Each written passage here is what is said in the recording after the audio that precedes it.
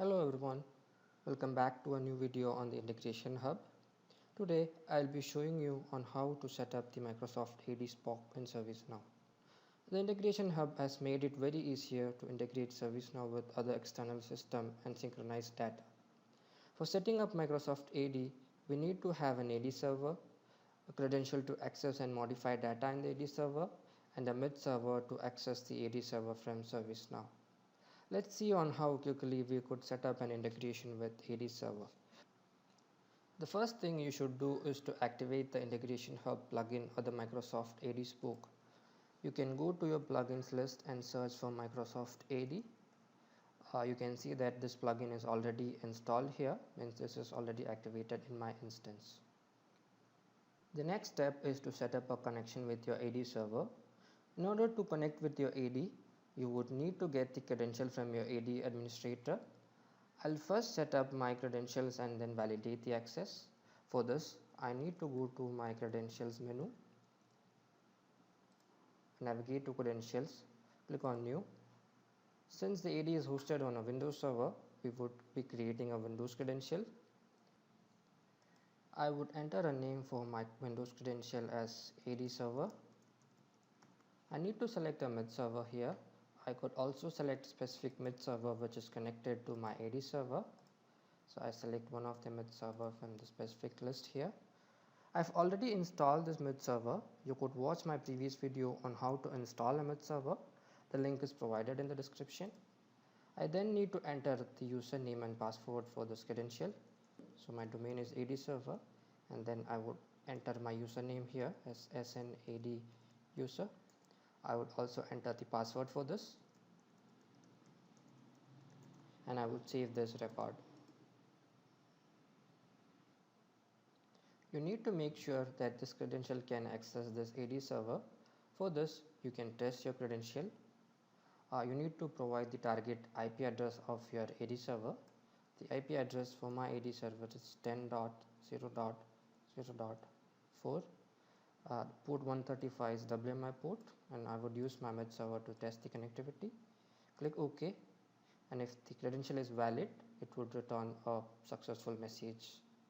So you can see the credential has been validated, and I was able to connect my AD server with this credential.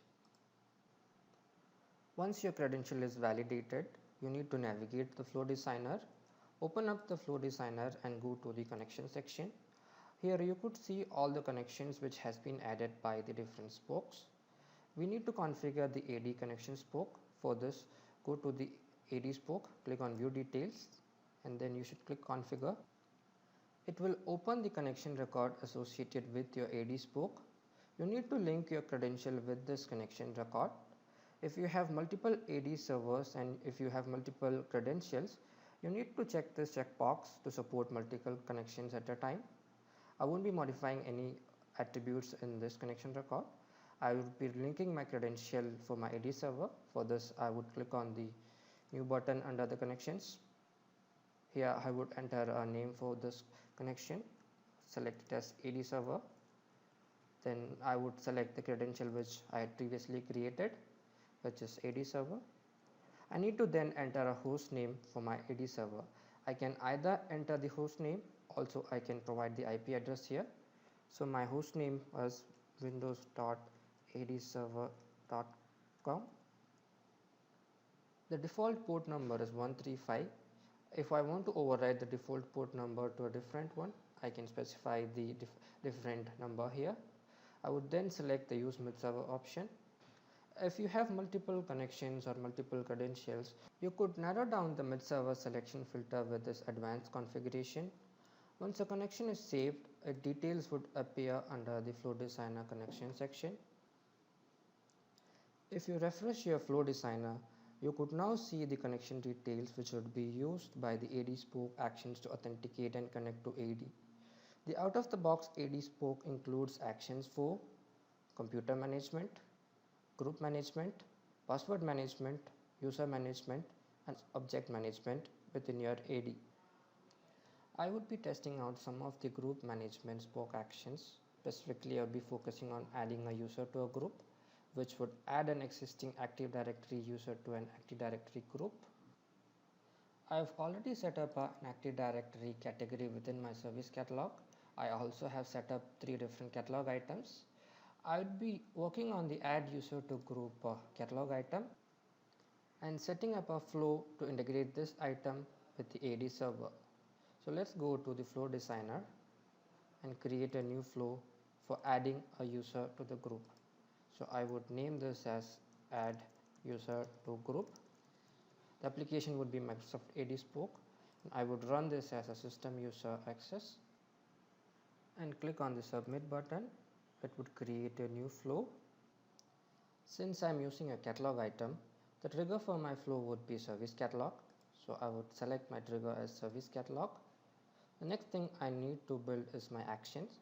My first action would be to fetch all the variables from my service catalog item.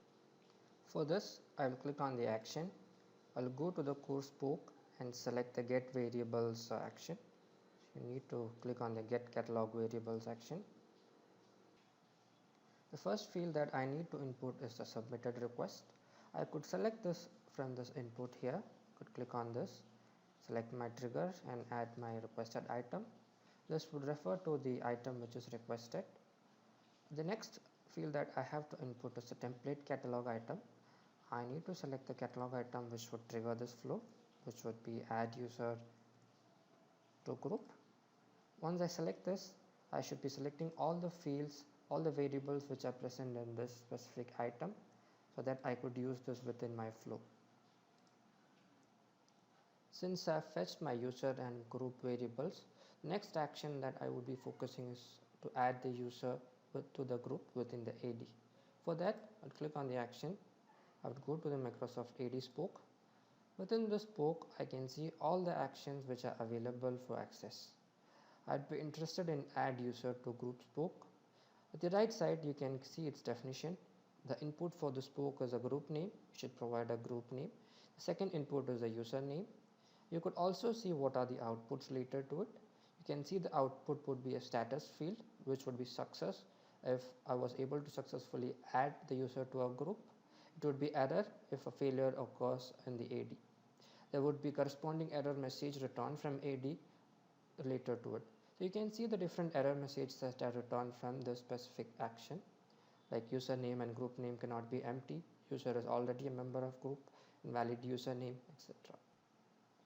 It is a best practice to reduce the number of transactions that are sent towards AD. For example, you can see the first error message, username and group name cannot be empty. You could avoid this error message by inbuilding this logic into your catalog item. For example, if you keep your user and group as mandatory, then it won't reach that error. So it's always best practice to do changes within your catalog item to avoid these unnecessary transactions towards AD. Let's select the action add user to group. Once I click on this, the action get added to my flow. You can see it requires 2 input. For the username, the AD requires a logon name or the user ID. I could access this from my user variable and I would fetch the user ID within it. So just drag the user ID and add it to this field. For the group name, I can directly fetch the name from the group. So I would drag the name into this. Once this action is executed, the flow would connect to AD and it would try to perform this action. Based on the response from AD, we would get 2 different responses. One is the status, which would be either success or an error. If you have an error, you would be getting an error message. So let's try to capture this error message as a case of exception handling. So my next action would be a flow logic. I would add a if condition. So I need to check if is user added to group. So for this, I would add my status here. For the status, we have 2 choices. We have either a success or an error. Now if it's a success, I will close my request item as complete. If it's not a success, if it's an error message, I would then open a catalog task for my service desk and I would update the error message within the catalog task so that the service desk personnel could address it. So if it is a success, I would update my request item here. So I would select the update record action. I would update my requested item. So I would drag my record into it. Then I would add a value for this.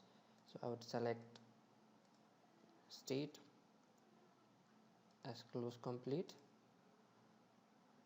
and I'll click on done. Now if it's not a success, then I need to add an else condition to it. So I'll click on flow logic. I'll add an else, and for the else condition I need to create a new catalog task, for which I would use the create task action. So I would select the create task action. I would provide input for it. So I need to select a table which would be catalog task. I need to also map field values to it. So I would set the assignment group as service desk. So I'll select service desk as the default group. Then I would add also a short description for this task, which would be error and transaction and my error message, which would be picked from here, and I would drag it here. I will also need to map the request item field here.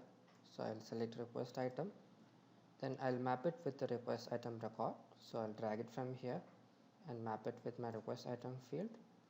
Once I'm done with it, I'll save my flow, activate it. Once this is activated, I could select this flow within my catalog item, go to my catalog item record. In the process engine tab, you could select your flow here.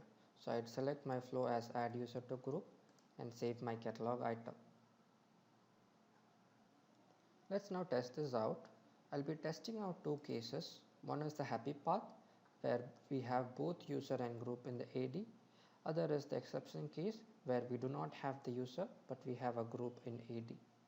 I've set up a AD server here, which you could see, and this is the list of my users and groups within my AD. You can see I've set up a group called as application development, which is a group, and I also set up a user called as Andrew. So let's test our happy path with these two keys. Right now, if I open this group, you could see there are no members within this group. Let me come back to my catalog item and request group access for Andrew. So I'll select Andrew OCH as the user, and I would select the group as application development, and I'll submit this request. Once the request is submitted, it would take a few minutes for the flow to execute. Let's now check in the AD to see whether my flow has successfully executed. So if I double click on my group and if I go to members tab, you could see that Andrew OCH has been added a member for this group. So our happy path is successful. Coming back to my catalog item, I would execute the exception path. So going back to my catalog item, I would select a different user who does not exist in AD. Then I would select the same group. Let's see how this executes. The request has been created. If I open the request and if I scroll down to the catalog task list, you could see an exception task has been created and assigned to the service desk. You can also see the short description as error in transaction, invalid user name. This means that our exception keys has also been successful. I would also like to show on how you could change or update your connection configuration. Coming back to the flow, under the add user to group action, there is an option to open this action within your action designer. Once I open this within the action designer, you could see that it has an input. First one is create payload, which contains the input we just provided to AD. It's the username and group name. The next option is execute action. Inside execute action, you specify your connection alias. If you need to connect with multiple AD server, then you may have to set up multiple connection alias and different credentials. You could modify your connection alias here and update according to your AD server or your connectivity. The AD spoke is one of the fastest way to integrate and connect with an AD server. Well, that's it for now. Thanks for watching.